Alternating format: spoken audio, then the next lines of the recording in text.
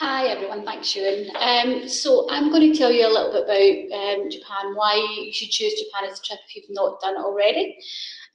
Firstly, I was incredibly lucky to actually spend 2 weeks out in Japan last year, getting a chance to walk portions of all three trips that we offer, and I have to say it was a wonderful experience. It's such a beautiful country. One of the things that you notice right away is how much of the country is actually filled with beautiful forests. It's very, very mountainous, very, very picturesque. The people themselves are incredibly friendly. If you do have any kind of problems or any questions, if you're in a train station, a bus station, a restaurant, people will be more than happy to translate and help. The walks are varied. As I said, wonderful walking. The walks are very varied. A lot of the times you'll be walking through forested paths, which are absolutely stunning. You might even walk through some bamboo forests, which are very, very beautiful. So I'll briefly talk about the three trips that we do offer. The first is the Kamanakodo, which is an ancient pilgrimage and it's in the south part of the main island. We offer a small portion of this one that starts in Takajiri and offers you some fantastic views as you climb quite high up into the mountains. The next trip that we offer is on the main island as well, and that's the Nakasendo Trail. So that's a little bit further up north in the country.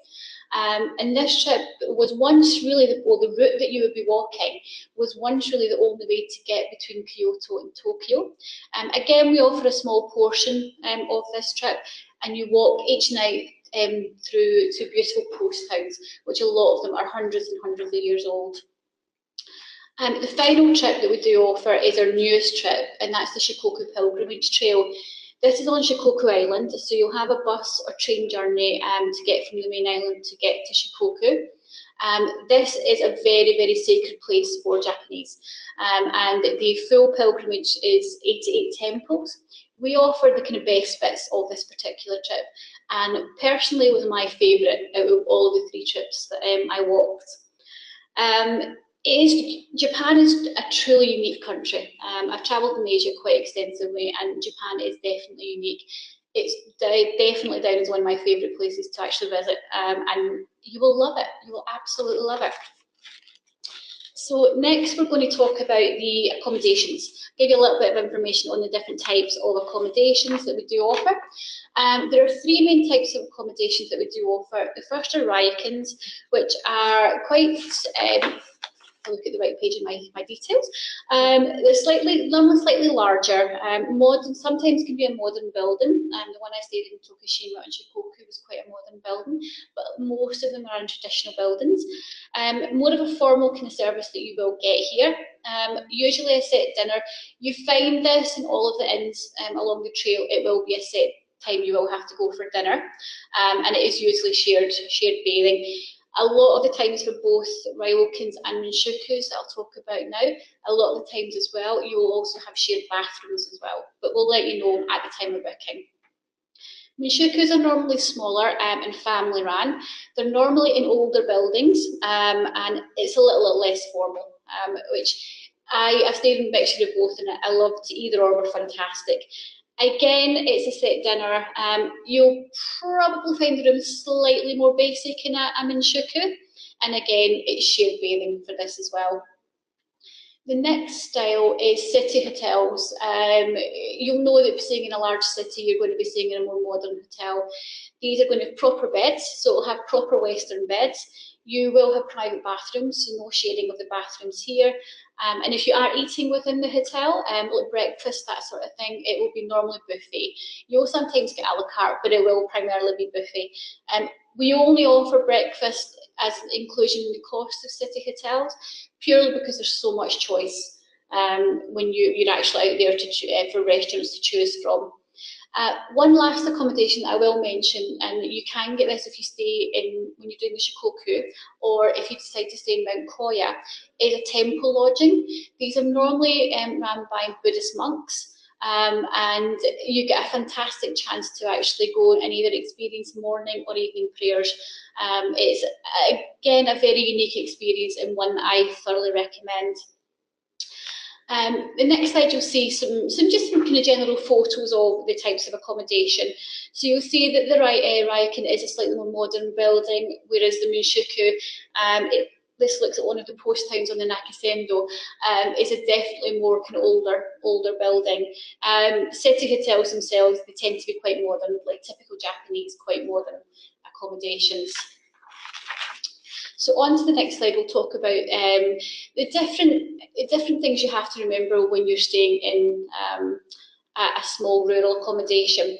So the rooms themselves, they are quite simply furnished. They don't tend to have that much in them apart from a small table, which you would kneel to get to, and maybe a couple of small chairs.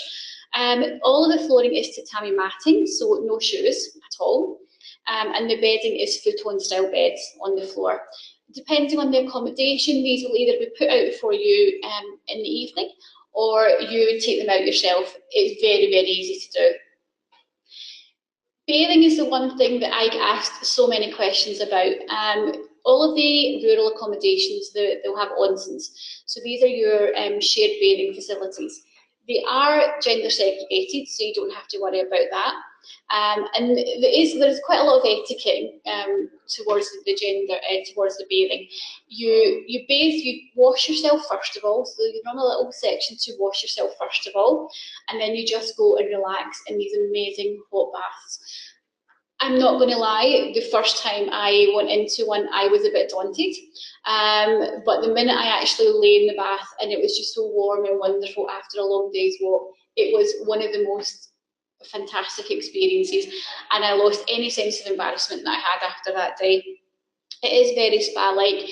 There are a couple of accommodations along some of the routes that are the water is filled by hot springs, so it makes that experience a little bit more special.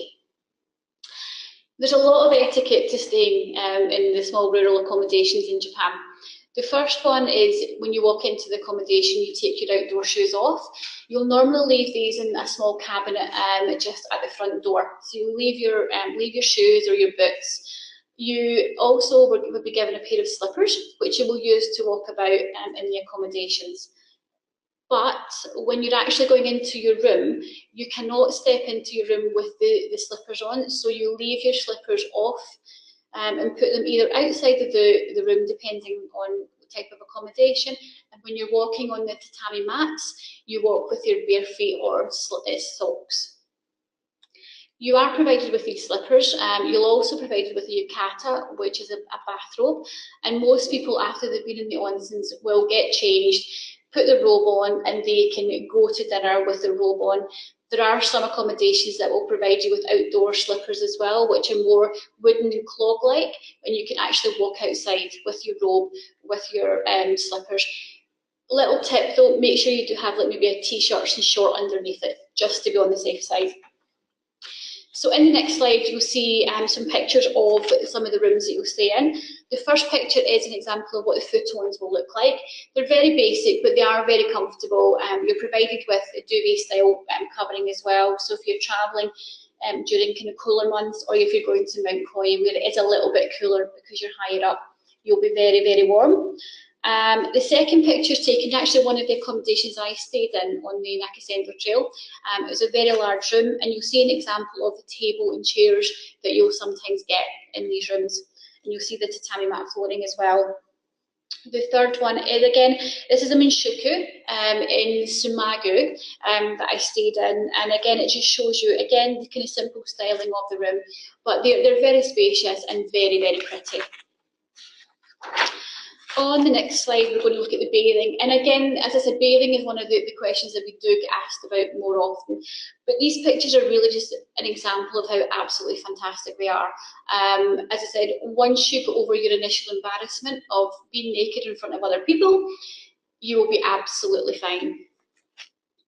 On the next slide, we'll show a little bit about the etiquette and the kind of customs of Japan. So you'll see three lovely ladies, one of them being the product manager for the region, Laura, in her yoke and her yukata. And you'll see how they're large, they're not like smaller Indians, so they are quite large, they do cover you up, and they are perfectly fine for going out. The next set of slippers are a set of red slippers that you find in all Japanese accommodations or rural accommodations, and these are bathroom slippers. Now, this is going on a slightly different tangent here. You cannot enter a bathroom with your normal slippers on. You have to wear bathroom slippers. These will normally be situated just outside the bathroom, so you slip off your normal slippers, put your bathroom slippers on, and then when you come out, you just leave them sitting there. Takes a little bit of getting used to. You will probably forget the first couple of times, don't worry, but they're normally quite red and they're normally really, really clear to see, or they have a little picture of a bathroom on it. So it's pretty obvious to what they actually are. And the next slide, I'm going to pass you over to my colleague Berta, who is going to give you a bit more information on the wonderful food that the Ryokins and the Shukus have to offer. So for me, the food is one of the highlights of going to Japan. It's amazing. They have really good product and they care about how they cook that. So it's really good, the food in general. Normally in your accommodation, it's served in a communal dining area, but it can be served in your room also. You need to check that at the check-in in your accommodation. And it's always a set time. So you will be told that at the check-in. In the biggest accommodations, you can choose different slots, like every half an hour, but in the smallest ones, you just are given a set of time. You have a set menu, and I think that's really good because sometimes you have like a big menu where you can choose, and it's like, what do I choose? Especially when you go somewhere that you don't know really the food, so you just need to sit, relax, and enjoy the food, which is great. It will be all in small dishes that will come to you, like many small dishes. So it's good because you can try very different things. So we have like a menu sample of the main things that you normally find on your dinners. I will say that rice and miso soup, it's something that you always find in the dinner and in the breakfast. So these are the basics. And then you can have like a mix of things like noodles, vegetables, hot pots that are directly done when you are at the table. Everything is set there to put the fire and be cooking, slowing while you are eating the other small dishes. And yeah, basically that's it. I will say that maybe for vegetarians, it's not the best country to go because they put a lot of fish and meat in dishes, but they really have good options for vegetarians. The only thing is that you need to advise this in advance in order they can give you that specific dietary requirement. That is one of the most important things at the time of booking. We do need to know any dietary requests because not all of these small accommodations can accommodate whether it's vegetarian or vegan. But certainly let us know. It's not impossible. We've had many vegetarian guests, many vegan guests go out and do the trip successfully. So let us know beforehand and we can see what we can do. So moving to the travel and transport. Our trips includes some train transfers and bus transfers, so I will say that it's really easy to understand how they work. They have information in English and Japanese, not only in Japanese, so once you figure out how it works, it's really easy. You will have your tickets and all the information in advance, even the time of departure, at what time you arrive, where to take your train or your bus.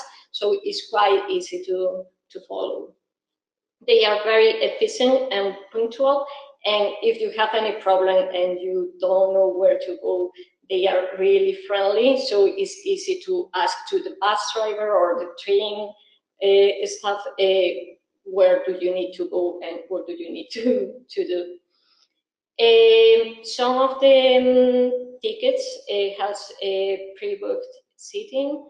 It's normally for the longer trains, and normally in shorter trains you don't need to book a ticket, a seat in advance.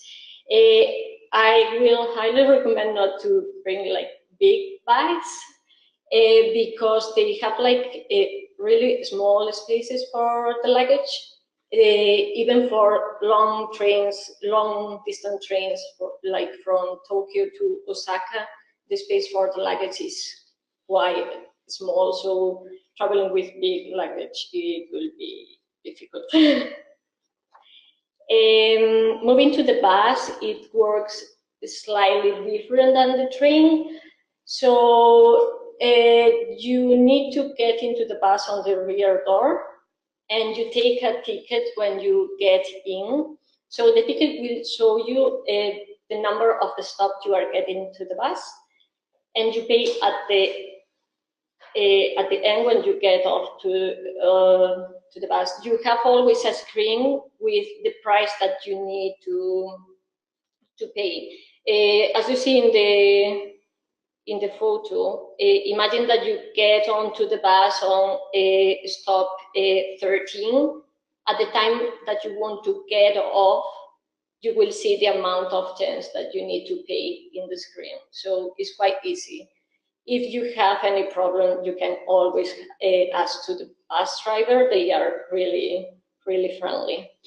I have to say it sounds more complicated than what it actually is, and it was one of the things that I was a bit nervous about to start off with, but once I'd actually been on the bus and saw the process, it all made sense, and it was so very, very easy. The bus driver will always help you as well to make sure you're giving him the right money, so don't worry. I have to say that also for the buses, you will have information of the amount in advance, so you are safe on that side.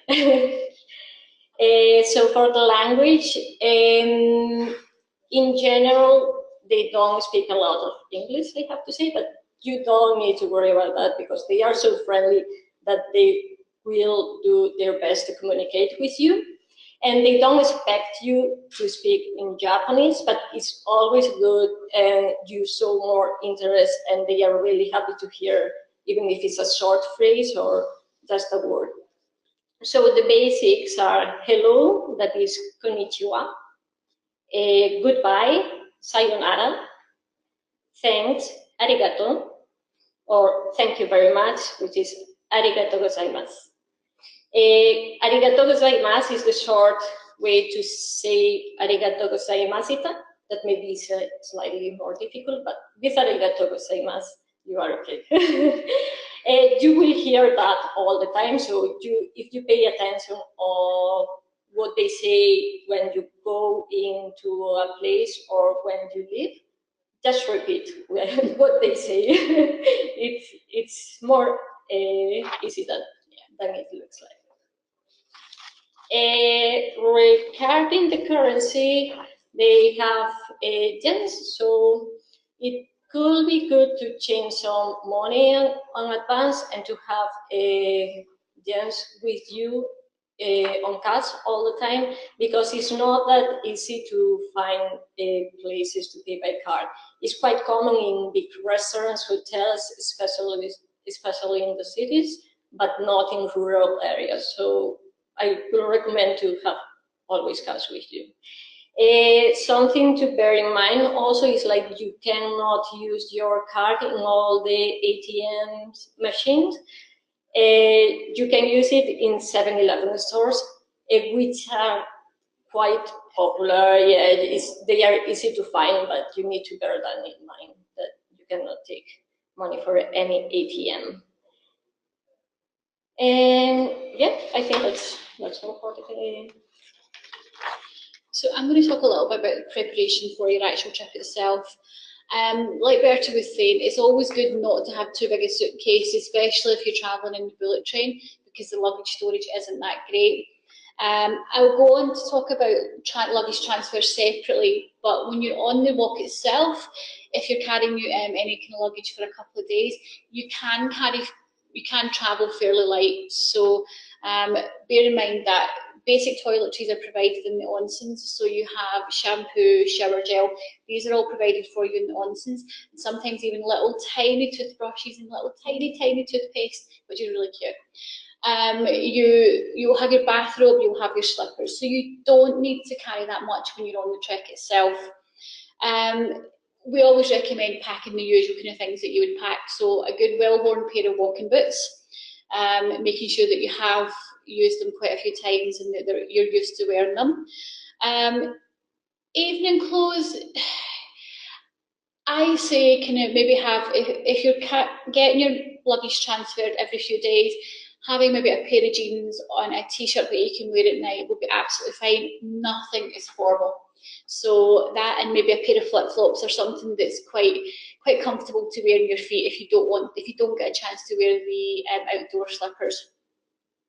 Layers is always a really good option, depending on how high you are, you don't know how cold it's going to be. Mount Koya especially can be a lot cooler, especially at night, so make sure you're packing plenty of layers. And the same goes for waterproofs as well. It's like any other country, it does tend to get a little bit of rain every now and again, so make sure you're packing kind of waterproofs. First aid kit, blister care kit, I genuinely never travel without this anyway, so this is a regular in my packing anyway, but make sure you have a good kind of little small first aid kit, and make sure you do have blister plasters. The last thing you want is to be halfway along the trail and find you've got a horrible blister and nothing to put on it. And I mentioned waterproofs. Sunscreens obviously is a really good thing to remember as well, which is something I forgot about when I was on Shikoku, first day of walking, and my arms got quite a bit of sunburn on them. As most of our trips, if you go on to our kind of next slide for our kind of, oh, actually, apologies, I completely missed travel insurance. Sorry about that. Travel insurance is really important, and it is something that we do require all of our travellers actually have before they set off. This is a really good tool to actually have. It not only covers you for medical, but also covers you for things like cancellation. If anything, God forbid, did happen, it means that you would be, you know, that you could be airlifted out should anything happen, and it is very important to tell your travel insurance company what type of trip that you're going on. We're not licensed to sell insurance, but there are links available on the website at maxadventure/events. These are not insurance companies that we've used before, so it is something that you have to look into yourself. So going on to the next slide, again, like most of our trips are completely self-guided. So it's really important that even though we're here to help, that you do use your own judgment and don't set off if you think it's going to be too wet, too windy, or whatever. So please do use your own judgment when you're on the trips itself. Remember to go at your own pace. It's not a race. You're not following a group. So it's really good to be able to go at your own pace, stop, take pictures, and enjoy your surroundings. It's a really good sense of achievement at the end of the day, especially when it has been a slightly longer and tougher walk. When you get into your accommodation, you step into that onsen, you can just completely appreciate how well you've done that day and kind of have nice and good memories. You will meet lots of interesting people, whether it's people from outside of Japan walking the route or whether it's Japanese walking the routes. Everyone wants to talk to you, so you will meet lots and lots of interesting people. And the one thing to remember, if you are a bit concerned, the paths are incredibly well marked. For the Kamanakodo especially, when you're walking along a route in the Kamanakodo, if there may be a chance that you may take the wrong turn, there is actually little signs that will say not Kamanakodo. So it stops you from going the wrong way, which is absolutely fantastic and is very useful.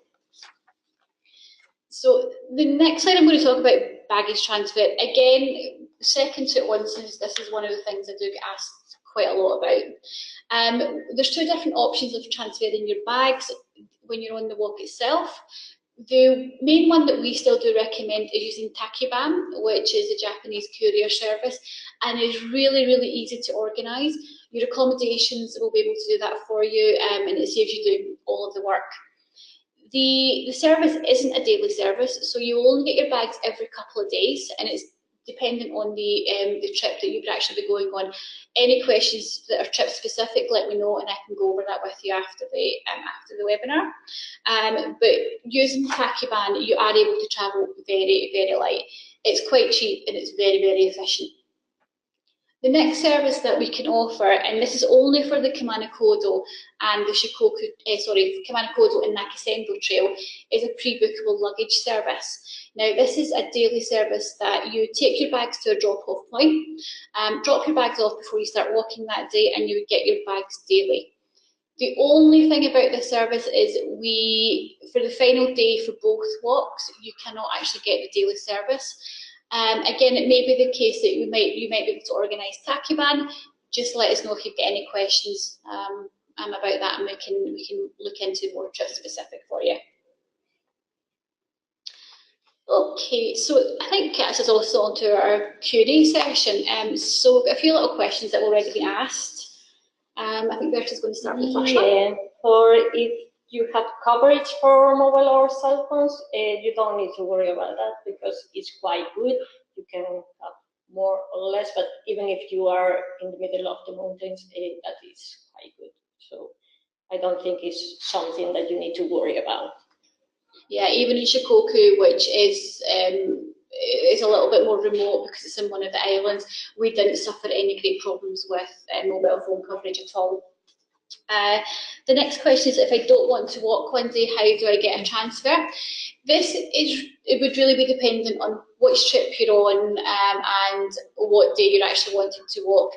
I would recommend, if that was the case, speaking to our local partners. They're based out in Kyoto, so they're in the same time zone as yourselves, and they would be able to advise you on the best way from getting from A to B. It is really dependent on the actual day. The next question is, how much money will I need? That's always depending on how much you eat or which kind of food you want. We will say that around 3,000 yens per person, but it includes the dinners that sometimes you have included in your accommodation. So without the dinner, it will be less. It will be only for the lunch. So it always depends. Yeah. I certainly didn't spend as much as what I thought that I would spend. We budgeted about £50 a day. I don't know what that is in yen, but we budgeted about £50 a day and didn't spend that amount. Yeah. So what food can I pick up on the trails for lunches? On the Kamanakodo, some of the accommodations will provide a packed lunch for you, and all of the information is on your kind of detailed route notes that you'll get about a month before you travel via email. On the whole, there will be places in the villages that you'll be able to buy something. Some of the little villages have nice supermarkets, and a Japanese supermarket is a fantastic thing. You really have to go in and try one. Again, your detailed route notes will actually give you all of the information of where the services are on each day's walking. On arrival in Japan, this is one of the reasons why we ask for your pre-trip accommodation if you're doing the walk-only sections. On arrival in Japan, you will receive a wonderful welcome pack from our local partners that are very, very detailed day-to-day notes and very, very detailed route notes and maps as well. So all of that information will be shown in your welcome pack. The next question is, where do I find out the travel information? I would say that if you want the most up-to-date thing, I was using Hyperdia, that is an app you can also access through the website, and you can download for free, and it's very, very useful for train and buses and to know the connections. Yeah. So it's the most up-to-date place to look. Yeah, Hyperdia is one of the websites that we all recommend that you have a look on while you're in Japan, just to double check that there's no change in time for your trains. March and April especially is a time when the bus and train companies will sometimes change their schedules. So again, we'll provide you with links on your email itinerary. We'll provide you with links to actually go in and check to make sure all the timings are the same. So how do the communal bathing areas work, and do I need towels? I know I touched on it briefly, but the communal bathing areas are really simple and easy to use. They're segregated, both male and female, and it's very easy to work out which one's male, which one's female. You will go into the bedding, you go into the room where you would get changed, obviously leaving your slippers outside. You would get changed, you will either have a locker or there'll be a basket for you to put your clothes. You will be provided with a modesty towel, which it's a very small towel, which you will use while you're in the onsen. A little tip is don't get it wet. You'll find a lot of Japanese people will fold the modesty towel up and leave it on their head while they're actually in the onsen. Before you go into the onsen, there'll be little tiny stools with little shower hose and a basin, and you wash and make sure all the soap is off you before you get into the onsen. That is the kind of main etiquette for onsen life. You don't need to take towels with you.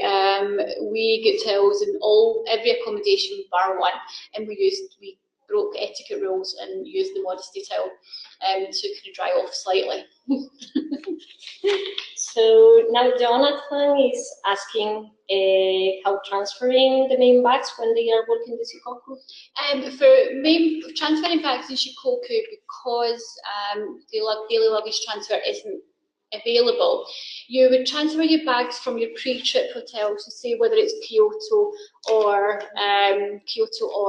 Osaka, and then you would transfer your bags to Tokushima, which is about 2 days into the itinerary, 3 days into the itinerary, and from Tokushima you would then transfer your bags back onto your post-trip hotel. So Shikoku is a little bit more rustic. It is one that you do have to pack for a couple of days. I think the longest time I packed in my day pack was for 3 days, and my pack wasn't overly heavy, so it wasn't too much of a problem at all.